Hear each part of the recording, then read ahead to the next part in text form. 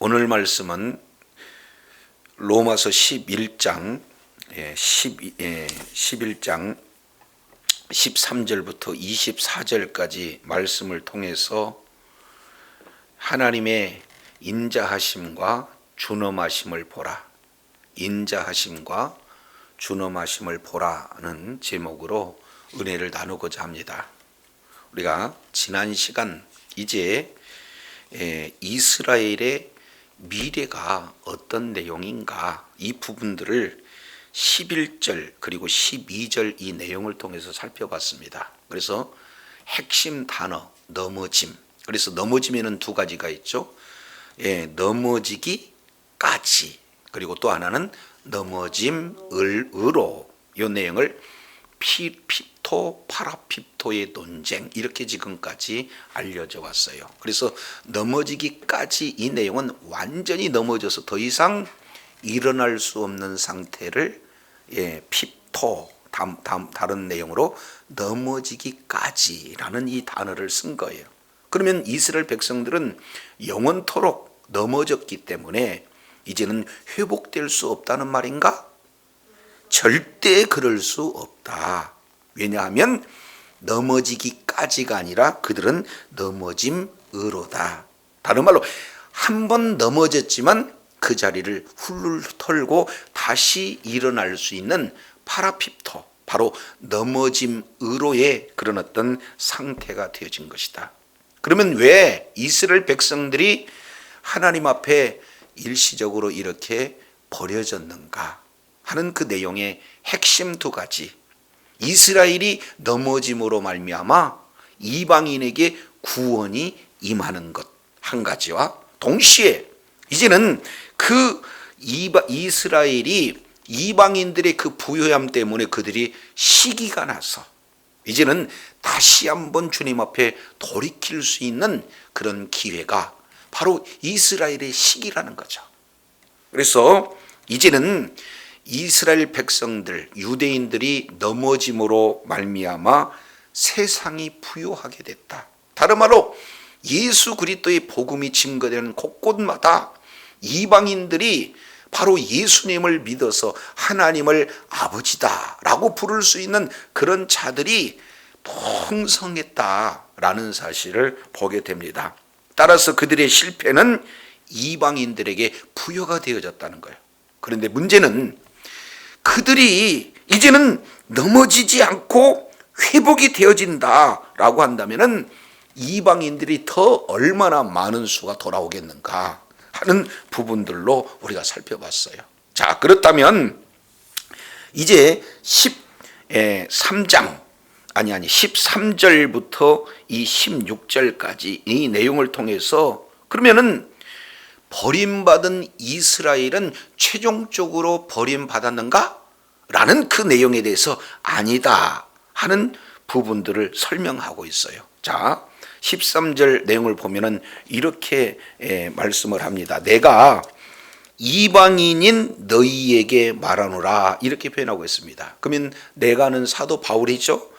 이방인인 너희는 1차적으로는 로마 교회 성도들을 말씀하고 있어요. 그리고 오늘날 지금 예수 그리스도를 믿는 믿음을 가진 이방인들 모두에게 말씀을 하고 있습니다. 그래서 사도 바울이 이방인들에게 말하고 있어요. 내가 이방인의 사도이다 라고 말씀하고 있죠. 사도 바울은 누구의 사도냐? 이방인의 사도다. 그래서 내가 이방인의 사도인 만큼 내 직분을 나는 영광스럽게 생각한다. 다른 말로 매우 자랑스럽게 생각한다. 여기에 대한 자부심이 있다. 왜 그럴까? 이는 14절 설명하고 있죠. 혹 내 고륙을 아무쪼록 뭐하게 한다?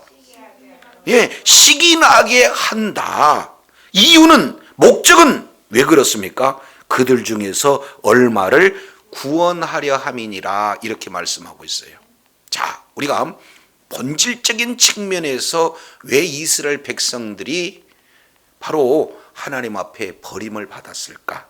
복음을 증거했는데도 왜 그들은 복음을 그토록 거부할까? 그래서 구원에서 이렇게 제외되는 그 길을 걸을 수 있을까? 그 내용에 이제 겉으로 드러나는 내용은 그들의 마음이 완악해졌다. 11장 7절 내용을 보니까 이제 그들의 마음이 완악해졌어요. 다른 말로 본다면 마치 돌덩이처럼 딱딱해가지고 복음이 증거되면은 그 복음이 들어갈 그런 여유가 없다는 거예요. 다 복음이 튕겨져 나와요. 그만큼 마음이 완악해졌다. 그 내용은 신명기 29장 10절 말씀 그대로 그들의 마음이 왜 완악해졌는가 하는 내용이 신명기 29장 10절 말씀이 그대로 이루어지는 모습과 같다. 그러면 신명기 29장 10절 내용의 세 가지는 뭐냐? 혼미한 심령, 보지 못할 눈, 듣지 못할 귀. 그러니 눈은 있어도 보지 못하고 아무리 이렇게 들려줘도 귀는 있어도 듣지 못해요. 마음이 혼미했다 하는 그 내용은 아예 마취된 상태이니까 전혀 깨달을 수 있는 내용이 못 된다. 그만큼 마음이 완악해졌죠. 그러면 그 근본적인 원인은 어디가 있을까 봤더니, 자 10장 19절 내용을 통해서 봤더니 그들의 마음이 왜 그랬느냐? 약속의 말씀이 이루어졌기 때문에 그렇다. 그 내용은 신명기 32장 21절을 인용하고 있죠. 자, 이스라엘 백성들에게 너희가 가나안 땅에 들어가거든 하고 가나안 땅에 들어가서 이제 반드시 유념해야 할 내용을 모세가 이제 마치 고별 설교를 통해서 최후의 하나의 유언적 설교 내용을 통해서 말씀하고 있잖아요. 하나님이 이스라엘 백성들을 애굽에서 이끌어냈습니다. 그 권능으로 홍해를 갈랐습니다. 바다의 길을 냈습니다. 그리고 그거를 통과하고 이 애굽 군대들은 거기서 수장했어요. 모두들 그 구원의 은혜에 감격해서 하나님 앞에 찬양하게 됐죠. 이제 광야에 이르렀습니다. 사람이 살 수 없는 그곳에 만나를 주시고 메추라기를 주시고 반석을 깨서 생수를 주시고, 이제 밤이면 불기둥으로, 낮이면 구름기둥으로 눈동자처럼 지키시고 보호하실 뿐만 아니라 마치 독수리의 날개로 업어 가듯이 하나님의 세심한 도우심, 이런 어떤 내용으로 지금까지 이끌어 주셨고, 궁극적으로는 주시고자 하는 약속의 말씀을 바로 이루어서 가나안 땅을 주신다는 거죠. 그런데 너희가 그런 하나님의 놀라운 은혜를 체험하고도 하나님의 그 은혜를 망각하고 그 땅에 있는 우상들을 섬기게 되어지면 하나님께서는 질투의 하나님이다. 그래서 이제 하나님 아닌 우상을 섬기게 되어질 그때에는 너희가 나를 질투하게 했으니까, 너희가 나를 시기하게 했으니까 나도 너희들을 시기하게 하겠다. 그러면 어떻게 시기하느냐? 백성이 아닌 자들을 백성으로, 미련한 백성, 도대체 하나님 앞에 다가올 수 없는 그런 미련한 백성을 하나님의 백성으로 돌아오게 해서 너희들을 시기나게 하겠다 하시는 약속의 말씀이 이루어지게 된 거예요. 궁극적으로 그들이 버림받은 것은 이유는 딱 하나, 어떤 내용입니까? 하나님을 버렸기 때문에 하나님의 시기나게 하는 그런 어떤 내용의 결과가 되어진다. 그래서 우리 주님께서 이제는 그 약속 그대로 이방인들을 이제 돌아오게 함으로, 이방인들이 돌아와서 하나님을 아버지라 부르고 그리고 하나님의 약속의 말씀에 따른 모든 분복들을 다 받아 누리니 이스라엘 백성들이 시기나요? 시기내지 않나요? 시기 안 나요? 시기가 난다 그 말이죠. 이 사실을 누가 알았느냐? 사도 바울이 알았어요. 그토록 복음을 증거하는데도 왜 그들이 돌아오지 않을까? 이것은 민수기의 말씀이 성취가 되어졌구나 라는 사실을 성경에 능한 사도 바울은 성경을 통해서 깨닫게 되는 거죠. 뿐만 아니라 이제 사도 바울은 세계 전도 여행 1차, 2차, 3차에 걸쳐서 진행하지 않습니까? 그런데 이 사도 바울이 성령의 이제 인도함을 따라서 사도행전 13장 내용을 통해서 살펴보면 이제 바나바와 사울을 우리 주님께서 따로 구별시키십니다. 그리고 그들에게 주님께서 친히 안수해서 파송을 하게 하셔요. 그리고 이제 선교 현장에 나가서 직접 사람들의 마음을 열어서 이제 갈 방향과 만날 사람 모든 내용을 성령님께서 이끌어 주시는 그런 놀라운 은혜가 이제 임하게 되죠. 그랬을 때 피시디아 안디옥에서 복음을 증거하는 그런 기회가 있었어요. 자, 이랬을 때 이제 하나님의 말씀을 담대히 전합니다. 안식일 날 유대인들과 그리고 그들에 의해서 돌아오는 이방인들을 대상으로 복음을 전했을 때 기가 막힌 현상이 나타나죠. 왜 그래요? 이 예배를 드리고 난 이후에 모든 사람들이 나와서 다음 주에 와서도 이 말씀을 전해달라는 거예요. 그러니 이 말씀은 나 혼자 듣기 아깝다. 그러니 내 가족이 이 말씀을 들어야 되고 내가 아는 지인들이 이 말씀을 들어야 되고 꼭 구원받아야 할 사람들이 이 말씀을 들어야 되니 바울 선생님 다음 주에도 다음 안식일에도 이 말씀을 전해주세요 라고 부탁하게 되죠. 그래서 다음에 말씀을 전했을 때 나타나는 현상이 어떻게 됩니까? 그 모든 이제 사람들이 다 몰수히 예수를 그리스도다라고 고백함으로 지금까지는 이방인들이 유대인들을 따랐다면 이제는 예수 그리스도를 따르는 놀라운 역사가 나타난 거예요. 그래서 이 사실을 보고 유대인들이 나타나는 증상이 뭡니까? 그랬어요. 마음에 시기가 가득했다라는 사실을 지금 우리는 사도행전 13장 이 내용을 통해서 살펴보면 자세히 우리가 알 수 있는 그런 어떤 내용이 되어집니다. 그러니까 그만큼 그들은 뭐 한다는 거예요? 시기 났다. 그래서 사도행전 13장 45절 내용을 통해서 보니까 그들의 마음 가운데 시기가 난 거예요. 자, 사도 바울은 복음 전도의 원칙이 있어요. 바로 나는 하나의 복음의 관례, 규례가 있다. 그 내용은 안식일 날 가서 회당으로 가서 먼저 누구에게 전한다? 유대인에게 전. 그런데 그들이 받지 않으면 뭐 하는 거예요? 이방인에게 돌아와요. 절대 이방인 먼저 가서 전하는 법이 없어요. 사도 바울은 그만큼 자기 민족을 사랑하는 거예요. 자기 민족에게 복음을 먼저 전하는 거예요. 그러나 그들이 받아들이지 않으면 그때서 발에 먼지를 털고 이방인으로 가는 그런 내용이에요. 자, 그런데 오늘 그 속마음을 그대로 드러냅니다. 14절 내용을 보니까 내 고륙이 아무쪼록 뭐하게 한다? 시기 나게 해요. 예, 이방인들이 예수님을 믿게 되었고 이방인들에게 그 이제 이 선민일이 받을 수밖에 없는 그 분복을 이방인들이 다 받는 거예요. 모두가 다 하나님을 아버지라 부르는 놀라운 역사, 그리고 그에 따른 놀라운 약속에 따른 분복들을 다 받아 누리는 겁니다. 그러니 이런 상황을 보고 얼마나 그들이 시기해. 그러나 그 중에 단 몇 사람이라도 자기 자신처럼 예수님을 구주로 고백하는 사람들이 몇 사람이라도 나왔으면 좋겠다 해서 이제 계속해서 이제 전도하고 또 전도해서 이방인들을 주님의 품으로 돌아오게 하는 그 목적은 구원의 목적도 있지만 자기 종족들이 시기 나서 그 사람 일부가 구원을 받게 하는 그런 내용이다라는 것을 그대로 지금 보여주고 있습니다. 자, 그런데 15절 내용을 보면은 이제 하나님께서 이스라엘 백성들을 버림받는 그 내용을 통해서 주시고자 하는 메시지가 있어요.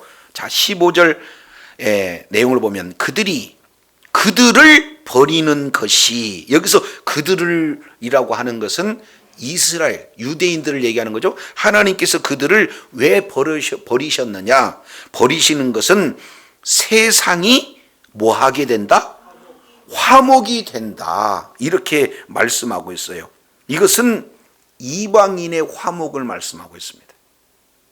이걸 좀 더 얘기한다면, 자, 우리 에베소서 2장 잠깐 살펴보도록 하겠습니다. 에베소서 2장에 화목에 대한 내용들을 자세히 기록하고 있죠. 자, 이방인들은 어떤 모습인가? 11절 그러므로 생각하라. 너희는 그때의 육체로는 이방인이었다. 손으로 육체에 행한 할례당이라 칭하는 자들에게 무할례당이라 칭함을 받은 자들이었다. 그러니까 이방인의 특징, 첫 번째 이방인이다. 두 번째 무할례당이다. 그리고 세 번째입니다. 자, 12절 그때에 너희는 다섯 가지를 소개하고 있어요. 그리스도 밖에 있는 존재, 이스라엘 나라에게 밖에 있는 존재, 언약에 대해서는 외인 밖에 있는 존재, 세상에 소망이 없는 존재, 그리고 하나님도 없는 존재. 이것이 예수님을 믿기 이전 이방인의 7가지의 소개된 내용들을 말씀하고 있어요. 그러나 이제는 뭐가 되는 겁니까? 예수님을 믿는 믿음 이후를 얘기하는 거예요. 이제는 전에 멀리 있던 너희가 예수 그리스도 안에서 그리스도의 피로 뭐가 되었다? 가까워졌다. 왜냐하면 그는 우리의 뭐가 됐기 때문에? 화평이기 때문에. 그래서 둘을 하나로 만들어서 중간에 막힌 담을 허시고 원수된 것 곧 음내에 속한 계명율법을 자기 육체로 폐했다라는 사실을 말씀하고 있어요. 자, 그래서 이제는 둘을 자기 안에서 한 세 사람을 지어가지고 화평히 하겠는데, 자 16절 보세요. 또 십자가로 둘을 한 몸으로 하나님과 뭐하게 하셨다? 화목하게 하려 하심이니라 이렇게 말씀하고 있어요. 왜냐하면 원수된 것을 십자가로 소멸했다 이렇게 말씀하고 있죠. 자, 그래서 이제 이 내용을 통해서 보면 19절에 이렇게 표현합니다.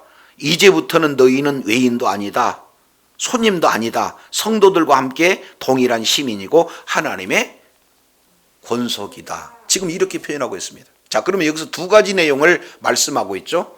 화평에 내놓은 두 가지를 지금 에베소서 2장 11절부터 17절까지 이 내용을 통해서 살펴보니까, 화평이라는 것은 하나님과 인간 사이가 원수 관계였는데 그 가로막힌 죄를 예수 그리스도의 십자가의 보혈로 이제 깨끗이 제거하가 되어지니까, 이제 죄 사함을 받으니까 원수 관계가 아니라 하나님의 식구, 하나님의 백성이고 하나님의 자녀가 되었다. 그래서 화평은 하나님과 인간과의 화평을 말씀하고 있고, 두 번째, 이제는 이스라엘 사람들이 7가지 내용으로 이방인하고 할 수 없는 밖에 있는 그런 어떤 존재로 말씀하고 있는데, 이제는 이방인이나 유대인이나 같은 식구가 되었다. 그래서 사람과 사람 사이에 중간에 가로막힌 모든 이제 중간 담을 허시는 그런 내용으로 하나님과 인간 사이의 화평이 이루어질 뿐만 아니라 사람과 사람 사이에도 화평이 이루어지는 이런 내용을 오늘 사도 바울은 뭐라고 표현하냐면 세상의 화목이다 이렇게 말씀하고 있어요.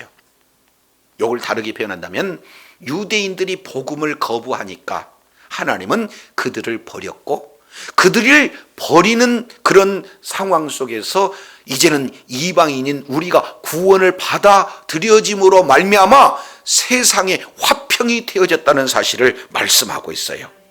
자, 그런데 15절 하반절 내용을 통해서 보니까, 만약에 그들이 받아들여진다라는 것은 그러면 어떻게 되느냐? 죽은 자 가운데 사는 것이 아니면 무엇이겠느냐? 다른 말로 이스라엘 백성 유대인들이 복음을 거부함으로 버림을 받았는데, 이제는 혹시 그들 유대인들을 하나님께서 받아들이게 되어진다면은 죽은 자 가운데서 사는 것, 이것은 이제는 부활의 그런 영생이 이루어지게 되잖아요. 그러면은 얼마나 많은 구원의 수가 이렇게 나오겠는가? 이 내용은 앞에 우리가 읽어봤던 12절 내용하고 그대로 똑같아요. 그들이 넘어지면 세상이 부요가 되고 그들의 실패가 되면 이방인이 부요가 되는 것과 똑같이 그들이 버려지는 것은 세상의 허목이 되고 그들이 다시 주님 앞에 받아들이게 되어지면 얼마나 더 큰 이제 세상의 풍성한 부유함이 나타나겠는가. 다른 말로 많은 사람들이 주님께 돌아와서 구원받는 수가 얼마나 풍성하겠는가, 이걸 다시 한번 반복하고 있어요. 자, 그래서 16절이 말씀하고자 하는 핵심입니다. 자, 그러면은 이스라엘 백성들은 버림받았다는 건가? 이렇게 이야기할 수 있는데 그에 대한 이제 답변을 16절에 이렇게 표현하고 있습니다. 16절 우리 다 같이 한번 읽어볼까요? 시작. 제사하는 처음 익은 곡식 가루가 거룩한 즉 떡덩이도 그러하고 뿌리가 거룩한 즉 가지도 그러하니라. 이 내용은요, 구약 성경을 이제 배경으로 하고 있는 메시지이기 때문에 이 내용은 어디에 기인한 내용이냐면 민수기 15장 17절부터 21절까지를 배경을 하고 있어요. 자, 이스라엘 백성들이 약속의 땅 가나안 땅에 가게 되거든. 이것은 아직 민수기는 가나안 땅에 들어간 거예요. 들어가겠다라고 하는 약속만 주어진 거예요. 그래서 하나님의 그 약속은 반드시 이루어진다는 거죠. 그래서 너희가 하나님께서 약속하신 대로 가나안 땅에 들어가거든 이렇게 해라. 그러면 어떤 내용인가? 가나안 땅에 들어가게 되면은 이제는 약속의 땅, 젖과 꿀이 흐르는 가나안 땅에 이제는 소출이 임하게 되어지는 거예요.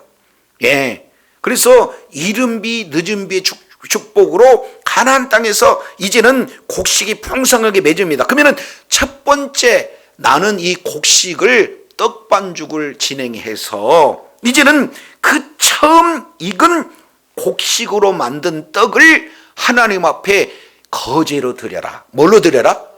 근데 여기서 중요한 것은 거제 내용을 보면은 이게 어떻게 되냐면 높이 올려드려서 하나님 앞에 드리는 겁니다. 근데 이 모든 소출을 다 떡반죽으로 해가지고 주님 앞에 드릴 수 있습니까? 너무 많기 때문에 못 드려요. 그러니까 떡반죽 전체 내용 중에서 일부를 띄어가지고 하나님 이 소출을 처음 익은 내용 이 부분은 하나님 앞에 먼저 드립니다 하고 하나님 앞에 그 전체 중에 일부를 드리는 것은 사실은 일부만 드렸지만 우리 주님이 그것을 전체 속에서 일부를 받으시기는 했지만 전체를 받으신 줄로 믿습니다. 그러니까 떡덩이 일부가 거룩했다면은 아직 이제 원래 있는 함께 있던 끝 떡덩이 전체도 뭐 하게 되는 거예요? 거룩하게 되는 거예요. 그러니까 일부나 전체나 다 거룩하게 되어지는 이 거제에서 오는 내용입니다. 똑같은 방법으로 뿌리가 거룩하면 뭐도 거룩해요? 가지도 거룩해요. 11조의 원리도 똑같습니다.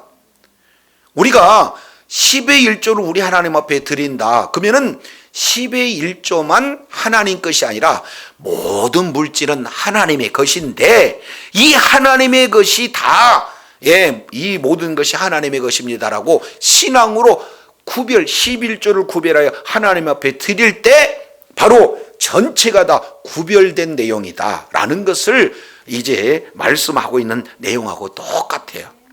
자, 그래서 뿌리가 거룩하면은 뭣도 거룩해요? 가지도 거룩해요. 자, 그런데 이것은 설명하기 위해서 떡을 얘기하고 가지를 얘기하는 것이 아니라 여기서 지금 처음 익은 곡식 가루로 만든 떡, 이 내용은 이제 원래 원덩이 그 떡하고 똑같은 거룩하게 구별된 거죠. 그러면은 이것을 뭘 설명하냐면 지금 이스라엘이 지금 버림받았느냐 버림받지 않느냐 이 내용을 얘기하는 거예요. 자, 그러면은 여기에 처음 익은 열매 이 내용은 이스라엘의 믿음의 조상을 얘기한다 그 말이죠. 누구? 아브라함, 이삭, 야곱, 이런 믿음의 조상을 곡식, 처음 익은 곡식으로 만든 떡덩이, 이렇게 표현해요.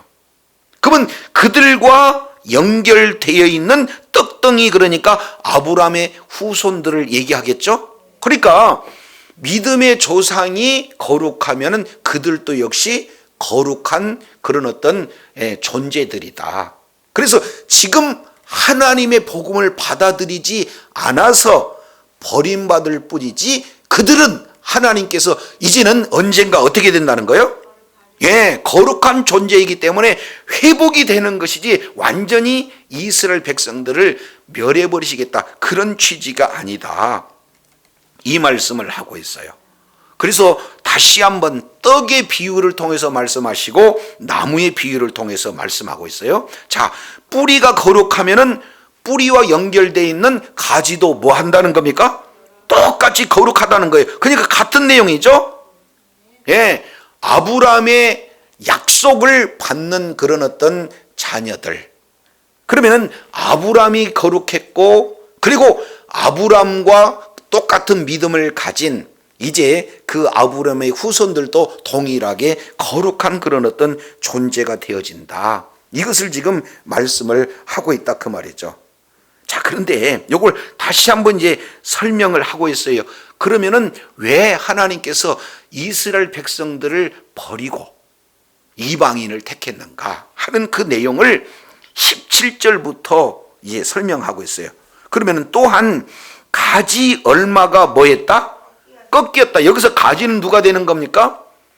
이제 아브람, 이삭, 야곱과 같은 믿음의 조상에 그러한 이제 붙어 있는 그런 자들이 복음을 전했는데도 복음을 받아들이지 않는 아브라함의 후손들, 이들이 이제는 끝까지 복음을 외면하니까, 복음을 이렇게 전해도 받아들이지 않고 거부하니까 그들은 꺾여졌다, 지금 이렇게 말씀을 하고 있는 거예요. 이해가 되십니까? 그래서 가지 얼마가 꺾여져 버렸습니다. 이제 유대인들이 다 이제 넘어진 거예요. 자, 넘어지는 그런 내용인데, 돌감나무인 내가, 다시 무슨 감람나무요? 17절, 돌감람나무인 내가, 그들 중에 접붙임이 되어 참 감람나무 뿌리의 진액을 함께 받은 자가 되었다, 이렇게 표현하고 있습니다. 자, 그러면 여기서 두 감람나무가 나오는데, 하나는 돌 감람나무고 또 하나는 참 감람나무예요. 돌 감람나무는 야생에 있는 감람나무. 그러니까 여기는 주인도 없어요. 돌봐줄 사람도 없습니다. 뭐 씨에 맞춰서 물을 주거나 거름을 주는 그런 사람이 없습니다. 그러니까 돌 감람나무에서 열리는 열매는 크기가 클까요? 아니면 작을까요? 수가 많을까요? 적을까요? 종자가 좋은 종자일까요? 좀 처진 종자일까요? 그렇습니다. 그러니까 아주 적은, 숫자도 적고 볼품도 없고 이제 질도 낮고 그런 돌 감람나무를 이방인, 이렇게 취급을 하고 있어요. 이방인이라고 지금 표현하고 있어요. 자, 근데 이런 돌 감람나무인데, 자, 꺾인 그 가지, 그곳에다가 돌 감람나무를 접붙임을 해버렸다, 그 말이에요. 그러니까 참 감람나무에 원래 나타나는 그 뿌리 있죠. 그 뿌리의 진액을 함께 쫙 이렇게 빨아들이니까 얼마나 풍성한 그런 튼실한 열매를 맺겠는가 하는 내용을 지금 17절에서 말씀하고 있어요. 그래서 이방인인 돌감람나무인 우리가 이제는 그들이 복음을 받아들이지 아니함으로 말미암아 꺾여진 그곳에 우리가 접붙임이 되어졌어요. 그들은 왜 꺾여졌느냐? 복음을 전했는데도 그 복음에 믿음으로 화합지 않았습니다. 복음을 거부했습니다. 그래서 그들은 꺾여진 거예요. 그래서 돌감람나무인 우리가 참감람나무인 그런 이제 뿌리에 이 접붙임이 되어서 참 감람나무 고유에 뭐를 빨아들이는 거예요? 진액을 빨아들여요. 자, 그러면 이 내용을 어떻게 말씀하고 있는가? 창세기 12장 이 내용을 통해서 살펴보면, 자, 하나님께서 아브람을 불러내셔요. 너는 본토 친척 아비집을 떠나 내가 내게 지시할 땅으로 가라. 그리하면 7가지 우리 하나님께서 복을 허락하시죠. 이것을 압축 요약하게 되면 3가지로 표현해요. 하나는 씨 주겠다. 또 하나는 이제 땅 주겠다. 그리고 이제 모든 열방이 그 씨로 말미암아 복을 받게 해주겠다. 이렇게 말씀하고 있어요. 자, 그러면 아브람은 하나님의 말씀에 순종해서 그대로 가나안 땅에 이제 들어가게 되어지고, 이삭과 야곱 그리고 그에 따른 믿음의 조상 요셉, 이런 어떤 자들은 그 말씀이, 아브람은 죽었지만 그 말씀은 이삭에게, 이삭은 죽었지만 그 약속의 말씀은 야곱에게, 야곱은 죽었지만 그 약속의 말씀은 12지파에게 그대로 전수된 줄로 믿습니다. 그러니까 이 놀라운 분복은 누가 받아야 되느냐? 약속의 이제 약속을 받은 그런 자들이 받아야 되는데, 이 내용들을 다 만들어 놓고 정작 이제 메시아 그 씨로 말미암아 모든 만국이 복을 받으리라고 했는데, 그 씨는 뭐예요? 메시아 예수 그리스도입니다. 그래서 모든 자들이 메시아를 통해서 진정한 복을 받을 수 있는 그런 내용인데, 하나님이 이제 약속에 따른 이제 민족도 만들어줬어요. 그리고 약속에 따라 땅도 줬어요. 그런데 정작 메시아를 믿는 믿음으로 말미암아 복을 받는 일을 그들은 받지 못하고 꺾여지고, 그들이 받아야 할 복을 누가 받는 겁니까? 그럼요, 복음을 받아들이는 이방인들이 뭐 하게 돼요? 받아들인다. 그 내용을 창감나무 뿌리에서 진액을 계속해서 빨아들여서 복음에 합당한 열매를 주렁주렁 맺는 그런 분복의 소유자가 누가 된 겁니까? 유대인이에요? 이방인이에요? 이방인이 이렇게 진행이 되어졌다라는 사실을 말씀하고 있어요. 근데 문제가 발생이 됩니다. 여기에 어떤 문제냐? 저는 이 말씀 가지고 사실은 풀리지 않아 가지고 참 많이 하나님 앞에 기도했어요. 왜 그러냐면, 저는 이제 시골 출신이니까 접붙임이라는 것이 뭔지를 알아. 글쎄 지금 그게 정상적인 이름인지 몰라도 시골에 가면은 쫌나무라고 있어. 쫌. 아주 조그마한 감인데 이게 손톱만한 감, 열매를 맺어요. 그게 굉장히 그냥 잘 자랍니다. 열매도 많이 나타납니다.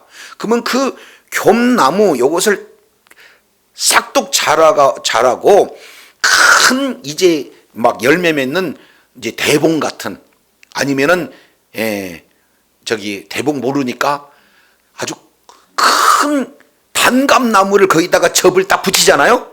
그러면은 줄기와 뿌리는 쫌나무인데 실제 거기에 접붙임 받아서 나오는 가지는 뭐가 열릴까요? 쫌이 열려요? 단감이 열려요? 단감이 열린다 그 말이에요. 이게 이 농부 출신인 이제 우리 아버지로부터 이렇게 보고 자란 저 경우에는 이게 접붙임이다 그 말이죠. 그런데 아니 이게 거꾸로 단감나무를 싹둑 잘라버리고 거기다가 쫌나무를 거기다가 접붙이면은 단감의 진액은 쫙 빨아들이지만 실제 맺는 것은 단감일까요? 쫌일까요? 근데 지금 이렇게 표현했다니까요. 그러니까 농부의 사고로는 이 내용이 이해가 안 돼. 어떻게 이런 일이 가능할 수가 있겠는가? 그러니까 이해가 안 되니 도대체 이 문제가 어떻게 됩니까? 이것을 좀 해결을 하고 상당히 오랫동안 의문을 가지고 물어보기도 하고 찾아보기도 하고 이제 기도하기를 오래 했습니다. 자, 그런데 하나님께서 이 문제를 해결해 주셨어요. 자, 이 내용을 어디서 보냐면 24절 잠깐 보겠습니다. 내가 원 돌감나무를 나무에서 찍힘을 받았어요. 그리고 그 본성을 거스려서 좋은 감람나무에 뭐가 됐어요? 접붙임을 얻었어요. 그러면은 아까 예를 든다면은 우리는 돌감나무인데 겹나무인데 어디에다가 접붙임을 받았어요? 예, 큰 단감나무 거기에다가 뭐예요? 접붙임을 받았어. 그러면 열매는 뭐가 나타나야 돼요? 겹나무가 나타나야 되겠죠? 왜? 아니 우리가 지금 겹나무라니까? 돌감나무라고? 그래서 거기에서 어디로 갔어요? 참감나무, 다른 말로 단감나무에 접붙임을 딱 받았어요. 그러면은 원뿌리는 무슨 나무고? 단감나무고, 그 접붙인 내용은 우리가 뭔데? 겹나무인데, 그러면 뭐가 일어나야 돼요? 겹나무 열매가 맞아야 되는데 열리는 것은 단감이 열려요. 말이 안 맞잖아요. 왜 그럴까 봤더니, 자 여기 보니까 본성을 거슬려. 다시 뭐라고요? 본성을 거슬려. 이 내용은 세상에서 이렇게 재배하고 있는 그런 접붙임의 방법이 아닌 완전히 거꾸로 된 내용이다 그 말이야. 우리가 비록 돌감나무인데 돌감나무를 참감나무에게다 딱 접붙임을 받으면은 오히려 돌감나무 열매가 맺어야 되는 것이 자연적인 접붙임인데, 이제 본성을 바뀌어서 우리가 돌감나무인데도 불구하고 뭐로 바꿔져 버려요? 참감람나무 열매를 맺게 하는 것이 하나님의 능력인 줄로 믿습니다. 그렇기 때문에 이제는 이스라엘 백성들에게 약속의 말씀을 주고 그 약속에 따른 놀라운 분복을 다 우리 주님께서 하나하나 이루시는데, 세 가지 핵심, 땅 주겠다, 민족 주겠다, 그리고 그 씨를 통해서 모든 열방이 복을 받게 하겠다 하는 그 내용이 다 이루어졌다 할지라도 마지막 메시아 예수 그리스도를 믿는 믿음으로 만민이 복을 받게 하는 그런 내용의 하나님의 원대한 계획이 원래는 참 감람나무인 이스라엘 백성들에게 주어져야 되는데, 그들이 그 복음을 거부하니까 어떻게 됐어요?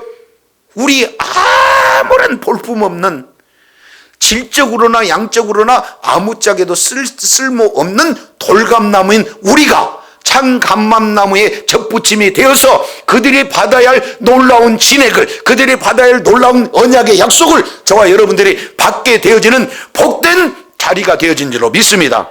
그러니 얼마나 감사할 일이냐 그 말이지. 17절 다시 읽습니다. 또한 가지 얼마가 꺾였어요. 이스라엘 백성들이 복음을 받아들이지 않아서 꺾여져 버렸어요. 그랬을 때 돌감람나무는 이방인인 우리를 그들 가운데, 바로 참 감람나무의 그 가지 가운데 접붙임을 딱 되어서 참 감람나무의 뿌리의 진액, 그들에게 약속하신 놀라운 분복을 계속해서 빨아들여 그 놀라운 분복의 소유자가 되게 하신 분이 우리 하나님인 줄로 믿습니다. 그러면 우리의 공로 있습니까 없습니까?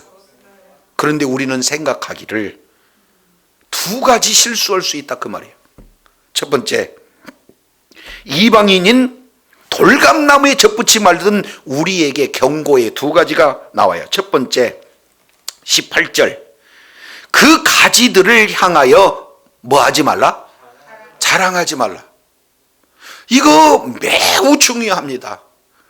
아니 이스라엘 그 사람들 보고 아우 저런 답답이들 왜 예수님을 그렇게 전하는데 왜 안 믿냐고, 우리 보라고, 우리 이렇게 해라는 거예요? 하지 말라는 거예요? 하지 말라. 자랑하지 마라. 우리 자랑할 것 하나도, 내세울 것 하나도 없다. 그래서 18절 내용을 보니까 자랑하지 말라. 자랑할지라도 네가 뿌리를 보존한 것이 아니고 뿌리가 뭐예요? 너를 보존한 거예요. 아니 우리는 뿌리예요, 가지예요? 접붙인 가지다 그 말이죠. 그러니까 나무의 생명은 가지에 있는 거예요? 생명의 원천은 뿌리에 있는 거예요? 근데 어떻게 가지가 나 때문에 뿌리가 자란다?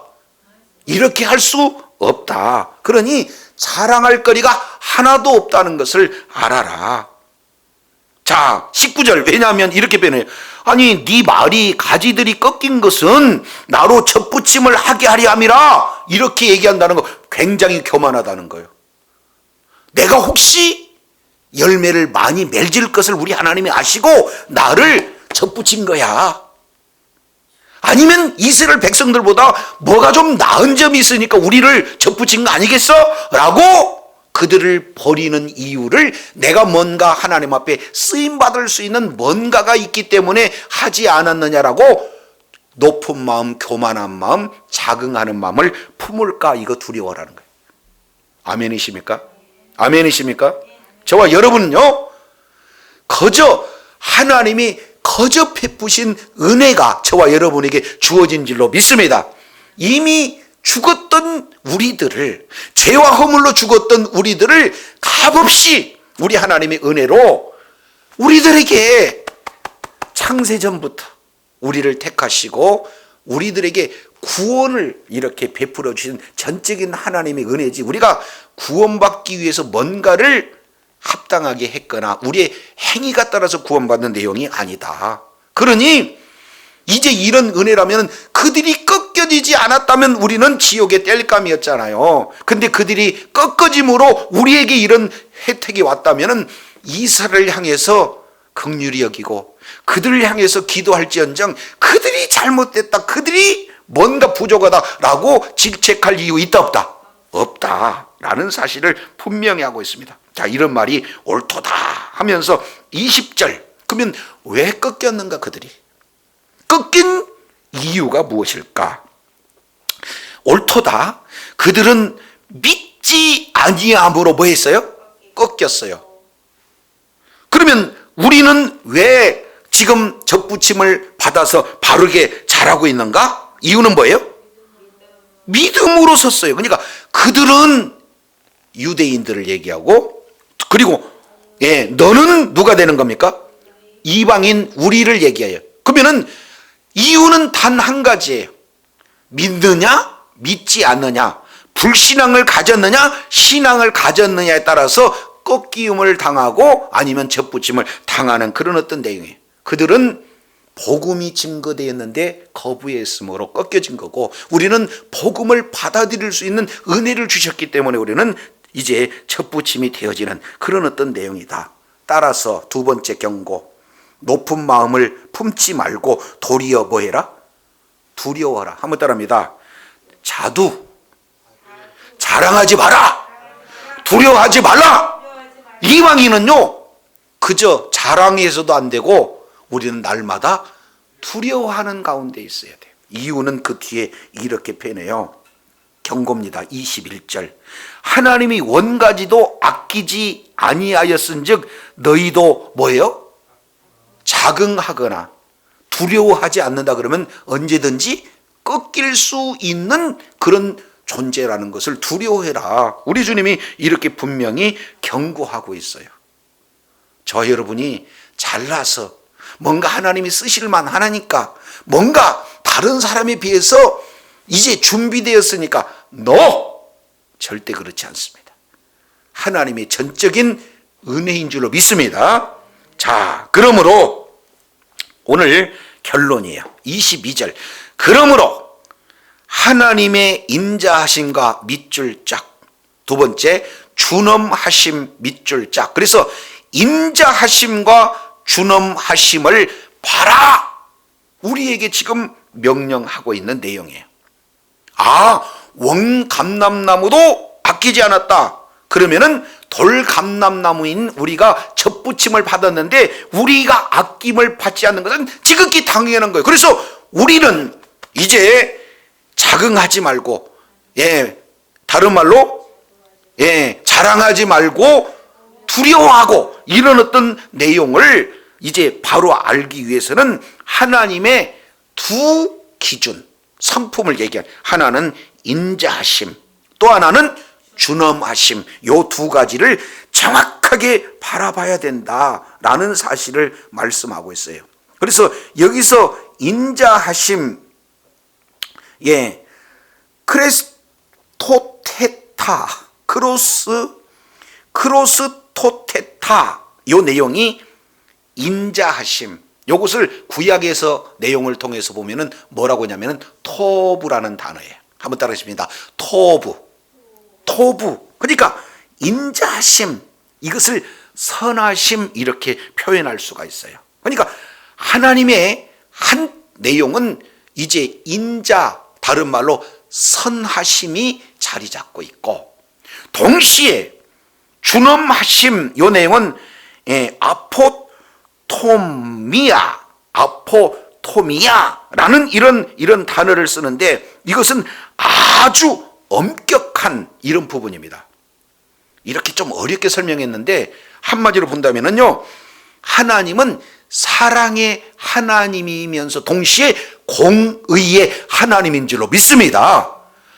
끝없이 사랑을 베풀어 주시는데 동시에 아주 준엄하신 공의의 하나님이에요. 반드시 죄에 대해서는 심판하시는 심판의 하나님입니다. 이 두 가지 내용을 우리가 잊어버려서는 안 된다. 이걸 정확하게 지금 보여주고 있어요.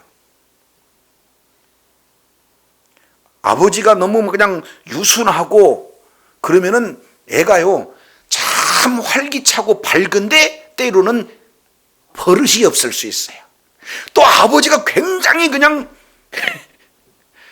막 훈계하고 아주 그냥 무서운 아버지면은 어떻게 돼요? 막 두려워서 조금 뭔가 이렇게 예절은 있어도 굉장히 사랑이 좀 덜 받는 그런 어떤 모습이잖아요. 하나님은요 두 개가 다 있어요. 하나님은 사랑의 하나님, 인자하심, 또 하나는 하나님은 공의의 하나님, 준엄하심, 이 내용이 같이 있는 줄로 깨달으시길 바랍니다. 그렇기 때문에 우리는 사랑의 하나님만을 추구한다면 공의의 하나님을 이렇게 잊어버림으로 말미암아 굉장히 어려움을 겪을 수가 있어요. 자, 또 너무 두려운 하나님, 무서운 하나님만 되면 그 하나님의 그 사랑을 느끼지를 못한다 그 말이죠. 그래서 두 가지 내용을 지금 말씀을 하고 있어요. 그러므로 하나님의 인자하심도, 또 하나는 하나님의 준엄하심도 우리가 봐야 된다. 자, 그러면은 넘어지는 자들은 왜 그러는가? 22절 보니까 넘어지는 자들에게는 뭐가 있다? 준엄하심이 있어요. 넘어지면 심판이. 두 번째, 너희가 만일 하나님의 인자심에 머물렀으면 그 인자가 너희 안에 뭐 있다? 있다. 이건 당연한 거 아니에요? 그러면 이 내용이 어떤 내용인가? 보니까 23절, 매우 중요한 단어죠. 자, 23절 보니까 그들도 믿지 아니하는데 뭐하면? 머무르지 아니하면 접붙임을 받으리라. 조건입니다. 뭐하면? 믿지 아니하는데 머무르지 아니하면, 그 얘기는 뭐예요? 믿으면. 그러니까 부정의 부정을 통해서 강조하는 긍정을 지금 말하고 있잖아요. 믿지 아니하는데 머무르지 아니하면, 다른 말로 믿으면 접붙임을 받으리라. 그러면 왜 그랬을까요? 앞에 22절과 짝을 이루기 위해서 그래. 그 앞에 내용을 보면은, 자 보세요. 그러므로 하나님의 인자하심과 준엄하심을 보라. 넘어지는 자들에게는 준엄함이 있으니 너희가 만일 하나님의 인자하심에 뭐하면? 머물러 있으면, 요거하고 짝을 이루기 위해서 그러는 거예요. 머물러 있다 하는 내용을 거한다라는 내용이에요. 다시 뭐라고요? 거한다. 그러니까 우리가 끝까지 하나님의 어디에 거하여 있으면은 인자하심에 거하게 되어지면 하나님의 뭡니까? 인자함에 머물러 있으면은 그 인자가 우리들에게 있어요. 그러니까 우리는 어디 안에 있어야 돼요? 인자 안에 있어야 돼요. 여기 조금 어렵습니다. 자, 이 내용을 요한복음 15장에서는 이 내용을 가장 잘 표현하고 있어요. 이 내용을 뭐라고 표현하냐면은 나는 포도나무요 너희는 가지니 이렇게 표현해요. 자, 이 내용은 우리 잘 알고 있는 내용이니까 우리 잠깐 한번 살펴보도록 하겠습니다.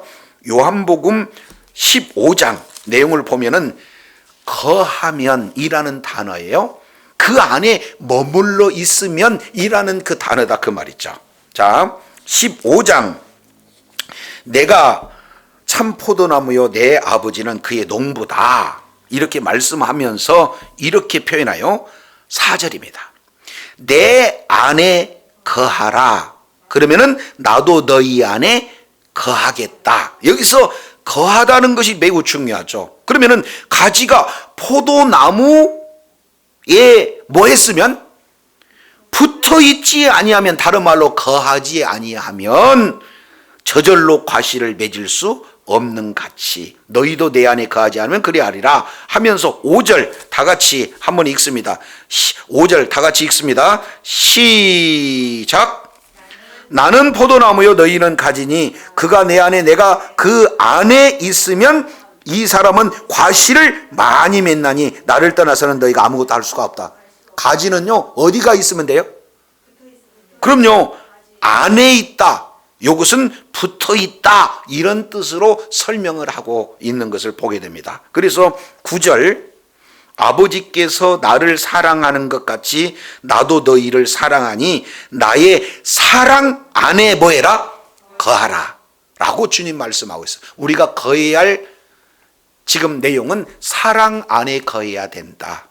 동시에 인자 안에 거해야 된다라는 사실을 지금 말씀을 하고 있는 것을 보게 됩니다. 이것을 사도행전 13장 43절 내용을 통해서 보면은 너희가 믿음 안에 거해라 이렇게 말씀하고 있어요. 그러니까 조건입니다. 예수님은 우리를 한번 구원하시면 그 구원은 유효해서 끝까지 구원받는 줄로 깨달으시길 바랍니다. 그런데 조건은 뭐냐면 믿음 안에 있을 때 이 내용이 그대로 유효되어지는 것을 보게 되어져요. 자, 그래서 이제 로마서 11장 22절 내용을 보니까 하나님의 인자하심과 준엄하심 이 내용은 바로 어떤 자에게 인자가 어떤 자에게 준엄이 있느냐 인자 안에 있으면 인자가 준엄 안에 있으면 준엄이 나타나게 되어진다. 그러니까 이스라엘 백성들은 어떻게 되는 겁니까? 왜 이 공의 하나님 찍어버리는 그런 무서운 심판의 하나님이 되었느냐? 그들이 준엄 안에 있기 때문이에요. 다른 말로 복음을 받아들이지 않은 것이 하나님의 진노다 그 말이죠. 믿습니까? 그러니까 우리는 어떻게 되는 거예요? 끝까지 복음이 이제는 증거됐을 때 복음을 받아들이고 그 복음 안에 있어야 될 줄로 믿습니다. 그러면 여전히 어떻게 되는 거예요? 우리에게 하나님의 인자는 계속해서 이렇게 공급되어지는 것을 보게 되어지는 거예요. 자, 그래서 23절 이렇게 표현합니다. 자, 이제 로마서 23절 11장 23절 그들도 믿지 아니하는데 머무르지 아니하면은 뭐가 된다? 접붙임을 받는다. 그러면은 왜 믿으면 이렇게 하면은 좋은데 왜 그러냐면은 그 안에 거한다는 것을 설명하기 위해서 이렇게 표현한 거예요. 그래서 이제 믿지 아니하는데 머무르지 아니한다면 그러면은 접붙임을 받게 되긴 된대. 이는 그들을 접붙이실 능력이 하나님께서는 있다 없다? 자, 접붙임이 있다 없다? 그러니까 이스라엘 백성들을 보면은 그들은 완전히 하나님께 버림받은 거예요. 지금은 꺾여진 것 같지만 그들이 다시 접붙임을 도로 받을 수 있다는 겁니까? 그럼요, 도로 받을 수 있다는 거예요. 그러니까 이 부분들을 이제 우리가 잘 알아야 돼요. 그런데 이 본문을 가지고 멈칫하면은 많은 분들이 구원론으로 이것을 해석을 하게 되면은 매우 혼란이 와요. 왜 그러냐면 갑자기 있다가 멀쩡한 가지 인자 안에 없으니까 꺾어버리고 그죠? 또 꺾어졌던 걸 다시 붙이고 이런 내용을 개인의 구원의 차원에서 이야기하면은 안 된다 그 말이에요. 그래서 로마서 9장, 10장, 11장 이 내용은 구원론 중에서도 이신칭의 예수를 믿음으로 의에 이르는 예수를 믿음으로 구원받는 하나님의 의를 설명하는데 그 중에서 모든 내용이 하나님의 주권이다. 이스라엘 백성들에게 과거와 현재와 미래가 어떻게 되는가 하는 하나님의 경영 원리, 다른 말로 하나님의 경륜 차원에서 설명하는 것이지 이걸 구원의 차원으로 설명하고 있지 않다는 것 확실히 기억하시기 바랍니다. 그렇기 때문에 지금 이스라엘 백성들의 미래는 어떻게 될 거예요? 지금 그들이 사명을 감당해야 할 자림에도 불구하고 사명을 감당하지 못했다. 출애굽기 19장 내용을 통해서 보면 그들에게 언약을 했어요. 너희가 내 언약을 안에 있으면, 다른 말로 언약을 지키면 너희를 특별한 소유로 내가 삼겠다. 그리고 이제는 너희를 제사장 나라요, 그리고 그의 거룩한 백성으로 언약을 맺잖아요. 그러면은 그들은 사명이 뭡니까? 거룩한 나라가 되어야 된다 그 말이죠. 거룩한 나라는 하나님의 나라가 거룩하게 되어지는데 그들을 사명을 줬어요. 그렇게 하려면 그들은 어떤 삶을 살아야 돼요? 거룩한 백성으로 사는 거죠. 다른 사람하고 구별된 삶을 사는 거죠. 하나님의 뜻을 이루는 삶을 사는 거죠. 그래서 하나님의 놀라운 분복을 받아서 다른 사람들이 어떻게 그렇게 하십니까? 내가 믿는 하나님을 여러분도 믿으시기를 바랍니다 하고, 이제는 제사장 나라, 다른 말로 모든 이방인을 하나님의 품으로 이끌 수 있는 제사장적 역할을 감당해라 그랬는데, 그들은 제사장적 역할을 감당해서 모든 이방인들을 주님의 품으로 이끌었습니까? 아니면 오해해가지고 우리는 선민이야, 이방인하고는 절대 같이 할 수가 없어 해가지고 선민의식에 가득 차가지고 이방인들을 어떻게든지 돌아오는 것 자체도 막고 우리들끼리만의 하나님으로 만들었습니까?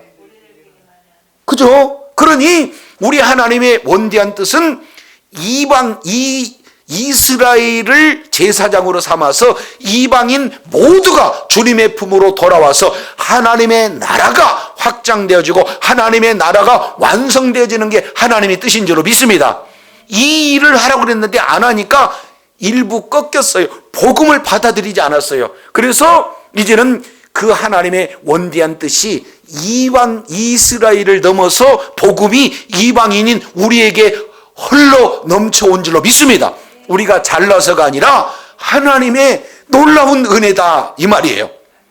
그러면은 우리가 이제는 그들이 감당하지 못했던 사명을 우리가 잘 감당을 해서 모든 나라가 이제는 예루살렘과 온 유대와 사마리아와 땅끝까지로 복음이 증거돼서 온 세상 가운데 복음이 증거되는데 저와 여러분이 쓰임받는 자리에 있어야 될 줄로 믿습니다. 아멘이시죠? 근데 이 내용을 안 하면 어떻게 돼요? 꺾여질 수 있는데 이것은 구원의 문제가 아니고 징계다 그 말이야. 이해가 되셔요? 그래서 이런 차원으로 볼 때 이스라엘 백성들은 하나님께서 충분히 그들을 접부실 능력이 있대요 없대요? 있어요. 그러니까 그들이 완전히 멸망된 게 아니라 하나님의 원하시는 때에 그들이 이제는 주님의 품으로 돌아오게 될 줄로 믿습니다. 지금은 사도 바울이 나는 이방인의 사도다 그랬어요. 이제는 구원이 이방인에게도 열려진 때예요. 그러나 조그마한 수가 돌아오기까지 한정된 그런 어떤 내용이지 이것도 언제 문 닫힐지 몰라요. 그러면은 다시 이 복음이 어디로 넘어가요? 유대인으로 넘어가서 그들이 주님의 품으로 돌아오게 되어지면 그때는 이제 복음 증거돼도 안 돼요. 그래서 오늘 이스라엘 나라의 회복에 대한 내용들을 이렇게 말씀하고 있는 줄로 깨달으시기를 바랍니다. 자, 그래서 11장 24절 이렇게 표현합니다. 11장 24절 이제 한 절 읽고 마치겠습니다. 내가 원 돌감나무에서 찢김을 받고 본성을 거슬려 좋은 감람나무의 젖붙임을 받았으니, 그러면은 우리의 이방인인 우리는요 원래 돌감나무에서 찢김을 받은 존재, 이건 과거적 내용입니다.